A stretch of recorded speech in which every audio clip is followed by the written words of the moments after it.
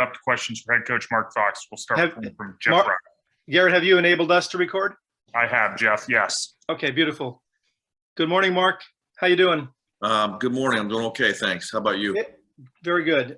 Nice weekend for you guys. Can you talk about how much better it seemed you played defensively in the two games last week than maybe the stretch of maybe 6 or 8 games before that didn't seem as good as you were this weekend? I think you're correct in your assessment. We were more effective defensively.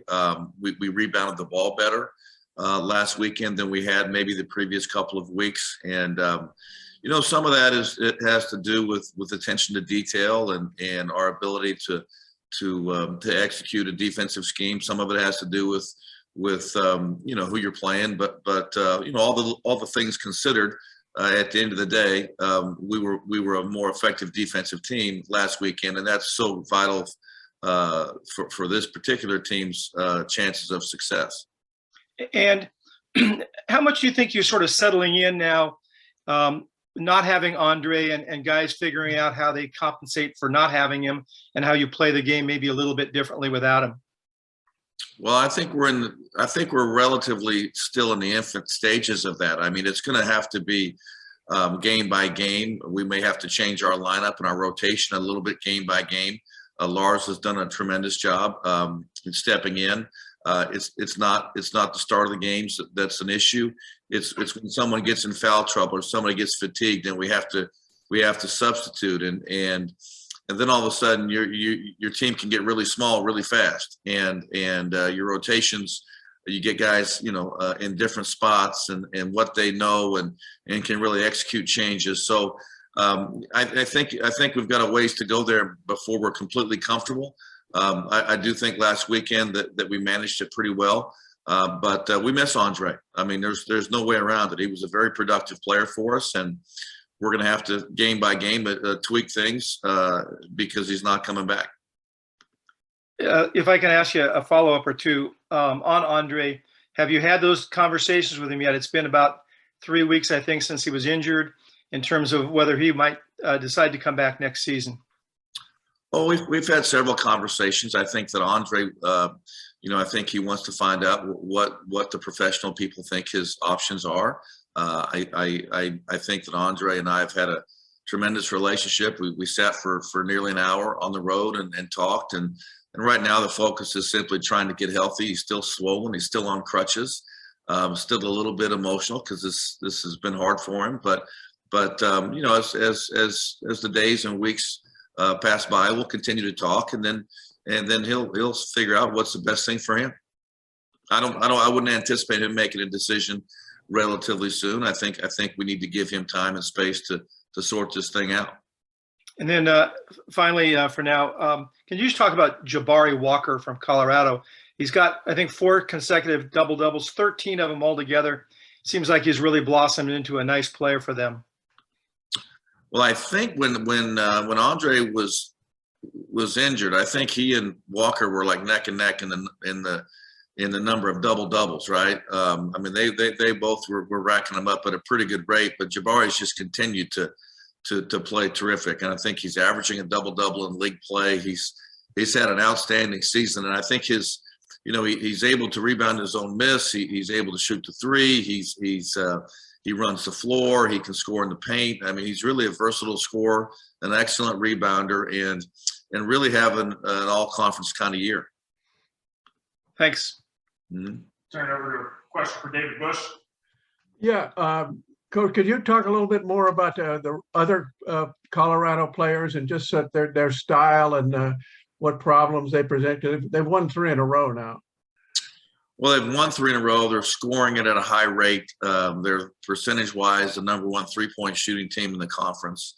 I think that what they have is a young group who they've had some injuries too, and now their best players are just playing more, because there's more minutes that they have to play. But De Silva's playing really well for them in addition to Walker. I mean, those two guys as forwards have been just super. I think up front that inside they have as physical of a player as we all do. And I think that his leadership has been terrific. And then you figure in that okay, they lost an outstanding point guard last year, but Bartholomew has been a great replacement. And so, they haven't missed a beat. And I think the value that Coach Boyle has in his team is that they understand winning, and their young players, when they came in, were able to learn from great veterans, and so they just haven't missed a beat as guys have graduated. The young guys have just stepped into bigger roles and been super productive. But this is a team that I think is playing terrific and probably playing the best that they've played all year. And on your side, Jordan Shepard, has he emerged even more since Andre's been out? And can just talk about his progress in the course of the year. Well, I think that Jordan Shepard has been pretty consistent all year. I mean, it's hard to imagine that he played most of the season with a hard splint, on his shooting hand, and was still able to be really, really productive. And I think slowly he's getting healthy. And obviously, without Andre, we need him to be consistently productive. And I think he's been pretty consistent most of the year. And so, it was great to see him have such a good game the other night. But I thought he closed the game really well, But I think one of the best things about Jordan, which is not talked about, is that he helps the guys around him, and he's a good passer. And I think that he came into the season and joined our program with the mentality that he was joining us, not that we were joining him. And so the guys have welcomed him with open arms, and he's just been tremendous. Thanks. We've got time for one more from Jeff Prada. Mark, you referenced Lars Tiemann a minute ago. Big guys usually take some time, but it seems like he's starting to give you sort of consistent production. He's not off the charts or anything, but can you talk about what you're pleased with in terms of his progress and what he's been able to do for you? Well, Lars has been a dominant player in practice this season. When Andre went down, I met with Lars and I asked him who the leading rebounder on our team was after 70 plus practices, and he wasn't sure. And I said, well, Lars, it's you. And I said, do you know who's made the most baskets? And he says, well, since you're asking me, I'm going to guess me. And I said, that's a good guess. And so he really had been dominant in practice. And I think any player, big players especially, you just have to get to the point where you're comfortable and confident in games, and you have to have enough experiences to get to that point in your career. And as an international player, sometimes it takes maybe a little bit longer because the game is so dribble heavy in America. So I think Lars has gotten to the point where he's comfortable on the floor in every situation. He's confident.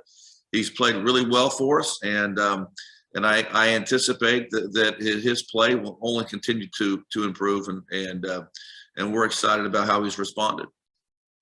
And is there a particular message that you have for your team this week after, snapping that long losing streak, getting 2 great wins on the road, and now you come back home, just to keep it going and to add on to it?